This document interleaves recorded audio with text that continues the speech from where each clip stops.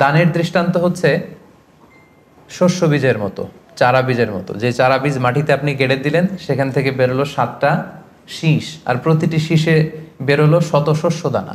সুবহানাল্লাহ। তার মানে 1 টাকা দান করলেন, এখান থেকে হয়ে গেল 700। এখান থেকে কি মানে কত চমৎকার মেটাফরিক্যাল একটা উপমা বা উদাহরণ, যে দানের উপমায় যে আমরা আল্লাহর ফিসাবিলিল্লাহ দেই, হ্যাঁ, মানুষকে যে দান করি, এটার উপমা হচ্ছে একটা বীজের মতো। বীজ রোপণ করে দিলে 7টা শীষ গজালো, প্রতি শীষে 100 শস্য দানা।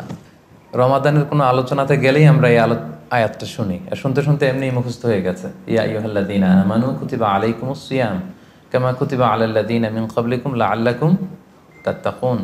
আল্লাহ তাআলা ইরশাদ করছেন, ওহে বিশ্বাসীরা, তোমাদের উপর সিয়ামকে ফার্জ করা হয়েছে যেমনি তোমাদের পূর্ববর্তীদের উপরও ফার্জ করা হয়েছিল, যাতে করে তোমরা মুত্তাকি হতে পারো, আল্লাহ সচেতন হতে পারো।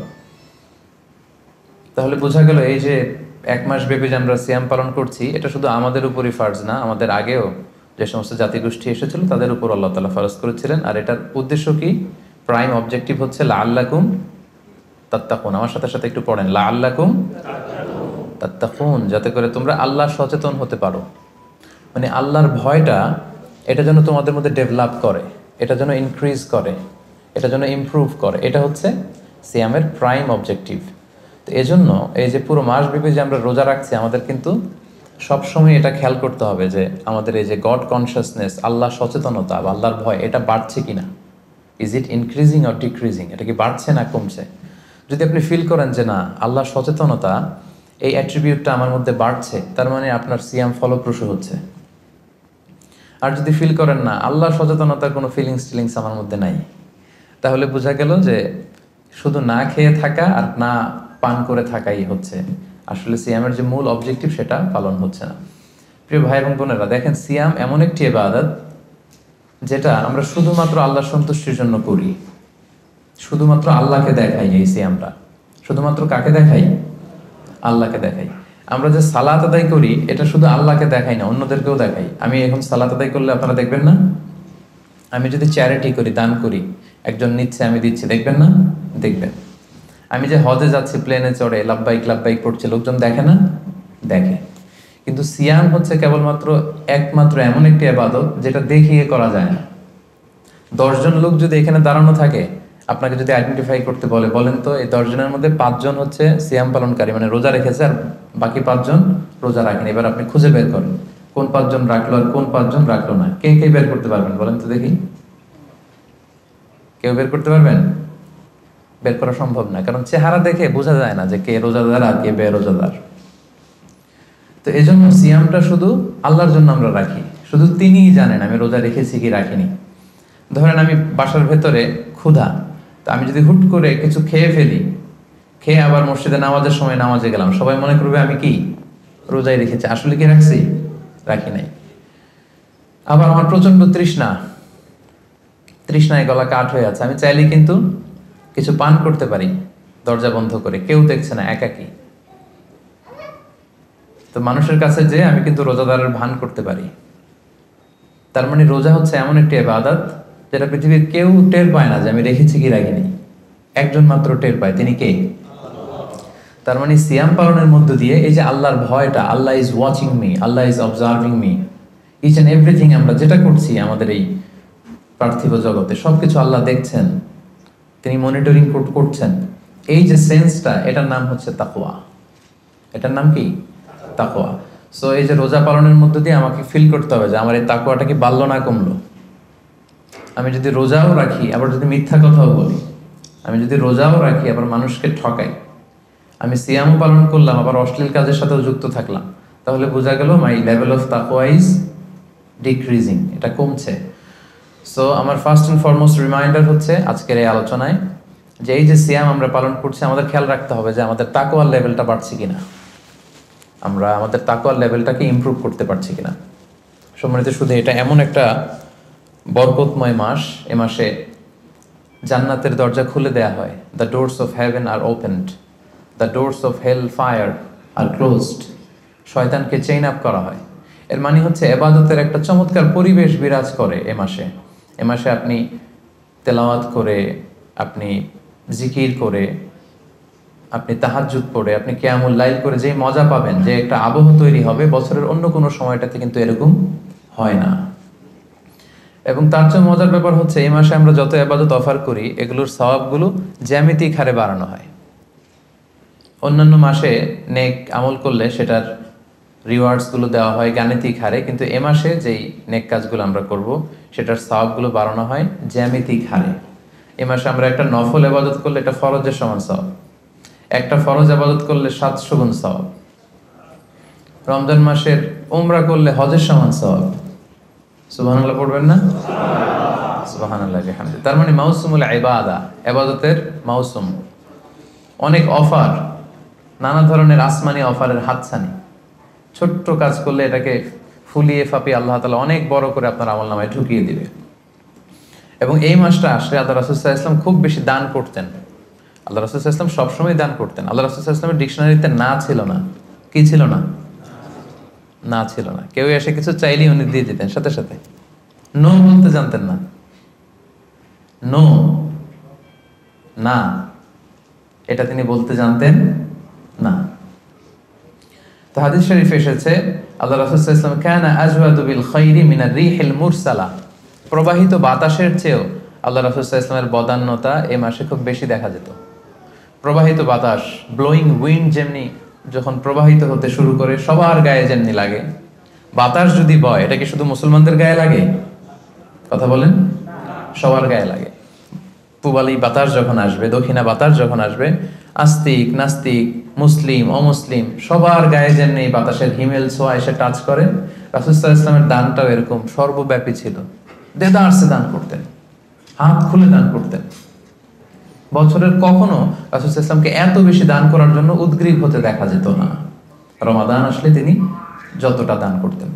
এবং আল্লাহ রাসূল সাল্লাল্লাহু আলাইহি ওয়াসাল্লাম মানুষকে ইফতার শেয়ার করার ব্যাপারে উৎসাহিত করেছেন। তিনি আল্লাহ রাসূল সাল্লাল্লাহু আলাইহি ওয়াসাল্লাম বলেছেন যে সিয়াম পালনকারী কাউকে যদি কেউ ইফতারি করায় তাহলে সে রোজা রেখে যে সওয়াব পেল, আপনি ইফতারি করানোর কারণে ঠিক ওই পরিমাণ সওয়াব পেয়ে যাবেন।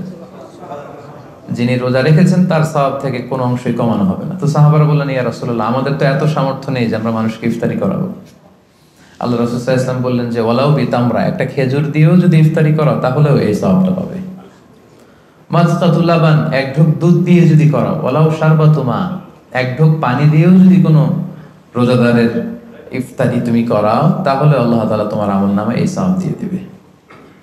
সো আমাদের জন্য এটা হচ্ছে দ্য মান্থ অফ অপরচুনিটি, অনেক বেশি সওয়াব কামানোর, অনেক বেশি রিওয়ার্ডস কামানোর একটা সুযোগ, এবং বিশেষ করে দান করার একটা অফুরন্ত সুযোগ। আপনি খেয়াল করে দেখেন যে আমরা মাঝে মাঝে অফার পেলে জিনিসপত্র খুব কিনি না।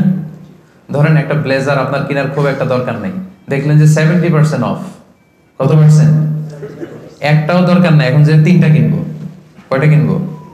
কারণ অফ, এখানে সেল দেয়া হচ্ছে, অপরচুনিটি দেয়া হচ্ছে, অফার দেয়া হচ্ছে। তো এই মাসটা হচ্ছে অফারের মাস। আল্লাহ তাআলা সওয়াব দেওয়ার জন্য বসে আছেন, কিন্তু নেয়ার জন্য আমরা প্রস্তুত না। তো সম্মানিত সুধী, এজন্য আমাদের দানের হাতকে প্রশস্ত করার ট্রাই করতে হবে। নানাভাবে এই রমাদানুল মুবারকে আমরা আল্লাহ তাআলার প্রিয় ভাজন হতে পারি অনেকগুলো কাজের মধ্য দিয়ে। এই স্বল্প সময়ে হয়তো সবগুলো টাচ করা সম্ভব হবে না। এজন্য আমি ভেবেছি দান করার মধ্য দিয়ে কিভাবে আমরা আল্লাহ তাআলার প্রিয় ভাজন হতে পারি, এই ব্যাপারটা আজকে ইফতারের আগ পর্যন্ত আমি একটু টাচ করবার চেষ্টা করবো ইনশাআল্লাহ। ডোনেশন করা আমরা করি না সবাই? আমরা ডোনেশন করি, চ্যারিটি করি, আমরা যাকাত দেই, অথবা আমরা নর্মাল চ্যারিটি করি, নফল দান করি। এই দানটাকে আল্লাহ তাআলা খুব বেশি পছন্দ করেন, অত্যন্ত বেশি ভালোবাসেন। এবং মজার ব্যাপার হচ্ছে যারা দুনিয়াতে বেশি বেশি চ্যারিটি করে, ডোনেশন করে, মানে দান করে, তারা কিয়ামতের দিন নিজের আমলনামা দেখে নিজেই বিশ্বাস করতে পারবে না। তারা নিজের আমলনামা দেখে বলবে, আল্লাহ এত দান তো করি না, আমি দান করেছি ঠিক আছে, কিন্তু এত তো করি নাই, এটা হয়তো অন্য কারো আমলনামা আমাকে ভুলে দেয়া হয়েছে। আল্লাহ বলবেন না, এটা তোমারই আমলনামা।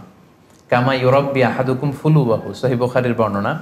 আল্লাহ তাআলা বলেন, গরু যারা পালে, যখন বাছুর হয়, উট যারা পালে আরব দেশে, যখন উটের বাচ্চা হয়, উটের মালিক খুব খুশি হয়, তখন সেই বাচ্চাটাকে খাইয়ে দাইয়ে পেলে পুষে বড় করে। আল্লাহ বলেন যে তুমি দান করেছিলে অল্প, কিন্তু এই ছোট্ট দানের সওয়াবটাকে আমি খাইয়ে দাইয়ে পেলে পুষে বড় করে হাত্তা তাকুনা মিসলাল জাবাল, বিশাল উহুদ পাহাড়ের সমান করে তোমার আমলনামায় ঢুকিয়ে দিয়েছি। সুবহানাল্লাহি ওয়া বিহামদিহি। তো ওই সময় যে যদি আপনি বিশাল বিশাল পাহাড়ের সমান সওয়াব দেখেন, আপনি কি সারপ্রাইজ হবেন না? হ্যাঁ, এটা হচ্ছে দ্য বিগেস্ট সারপ্রাইজ। অবাক হয়ে যাবেন আপনি যে দিয়েছিলাম তো 10 রিঙ্গিট, দিয়েছিলাম কত, এখন দেখি যে 10 মিলিয়ন রিঙ্গিট হয়ে গেছে। সুবহানাল্লাহ ওয়া বিহামদিহি। সো এটা হচ্ছে এই অপরচুনিটিগুলো লুফে নেয়ার মাস। আমরা দেওয়ার মাধ্যমে আল্লাহ তাআলার প্রিয় ভাজন হতে পারি। আর দিলে কখনো কমে না, দিলে কখনো কমে না। হাদিসে কুদসিতে আল্লাহ বলেন, আনফিক উনফিক আলাইক ইবনা আদম, আনফিক তুমি দান করো, উনফিক আলাইক আমি তোমাকে দেব, তুমি দাও তাহলে আমি তোমারে দেব। আমরা অনেক সময় মনে করি যে দিলে চলে যাবে, আসলে আপনি দিলে নতুন জিনিস পাবেন। লেটস সে আমার হাতে ধরেন এই যে ক্রেস্টটা দেওয়া হলো, এটা আমি ধরে রাখলাম, তো এই 2 হাত দিয়ে ক্রেস্টটা ধরে রাখা অবস্থায় যদি আপনি আরো বড় কিছু দেন, ওটা নিতে পারবো?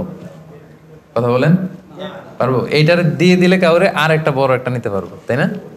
আর ওইটা যদি দিয়ে দেয় তখন আরো বড় কিছু নিতে পারবো। সো আপনি দিয়ে দেন, আপনি দেন, আসল দেয়ার মালিক হচ্ছেন আল্লাহ। তিনি দিয়ে একেবারে ভরিয়ে দিবেন আপনার জীবন। এবং আল্লাহ তাআলার দরবারে তার ভান্ডারে কি কোনো ঘাটতি কমতি আছে? হাদিসে কুদসিতে এসেছে, আবনা আদম লাউ আন্না আউওয়ালাকুম ওয়া আখিরাকুম ওয়া ইনসাকুম ওয়া জিন্নাকুম কামু আলা সাঈদিন ওয়াহিদ। হে বানি আদম, তোমাদের সবাই, পৃথিবীর শুরু থেকে আজ অবধি সবাই মিলে যদি বিশাল ময়দানে দাঁড়িয়ে যার যত ডিজায়ার, ডিমান্ড, কামনা, আকাঙ্ক্ষা আছে চাইতে শুরু করো আমার কাছে, একটার পর একটা চাইতে থাকো, চাইতে থাকো। আর আমি আল্লাহ যদি তোমাদের সবার যার যা লাগবে সবও দিয়ে দেই, আমি আল্লাহর ধনভাণ্ডারের 1 ইঞ্চিও কমবে না, 1 ইঞ্চিও কমবে না। তো এজন্য আমাদের দানের হাতকে বিস্তৃত করা উচিত। দানের উপমা আল্লাহ তাআলা দিয়েছেন, মাসালুল লাযীনা ইউনফিকুনা আমওয়ালাহুম ফি সাবিলিল্লাহি কামাসালি হাব্বা আমবাতাত সাবআ সানাবিলা ফি কুল্লি সুমবুলাতিন মিআতু হাব্বা ওয়াল্লাহু ইউদাঈফু লিমান ইয়াশা ওয়াল্লাহু ওয়াসিউন আলিম। দানের দৃষ্টান্ত হচ্ছে শস্য বীজের মতো, চারা বীজের মতো। যে চারা বীজ মাটিতে আপনি গেড়ে দিলেন, সেখান থেকে বেরোলো 7টা শীষ, আর প্রতিটি শীষে বেরোলো 100 শস্য দানা। সুবহানাল্লাহ। তার মানে 1 টাকা দান করলেন, এখান থেকে হয়ে গেল 700। এখান থেকে কি মানে কত চমৎকার মেটাফরিক্যাল একটা উপমা বা উদাহরণ, যে দানের উপমা। এই যে আমরা আল্লাহর ফিসাবিলিল্লাহ দেই, হ্যাঁ, মানুষকে যে দান করি, এটার উপমা হচ্ছে একটা বীজের মতো। বীজ রোপণ করে দিলে 7টা শীষ গজালো, প্রতি শীষে 100 শস্য দানা।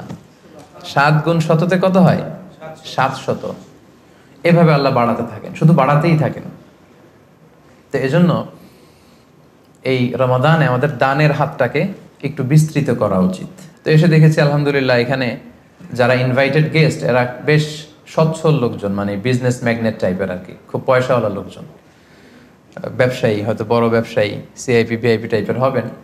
কুয়ালালামপুরের যারা ধনী লোকজন তাদেরকে দেখেছিলাম সে বছর ইনভাইট করেছিল। তো আমি আজকে আসার আগে মনে মনে ভাবলাম আজকে হয়তো তাই ঘটবে, অনেক ব্যবসায়ীদের সাথে দেখা হবে।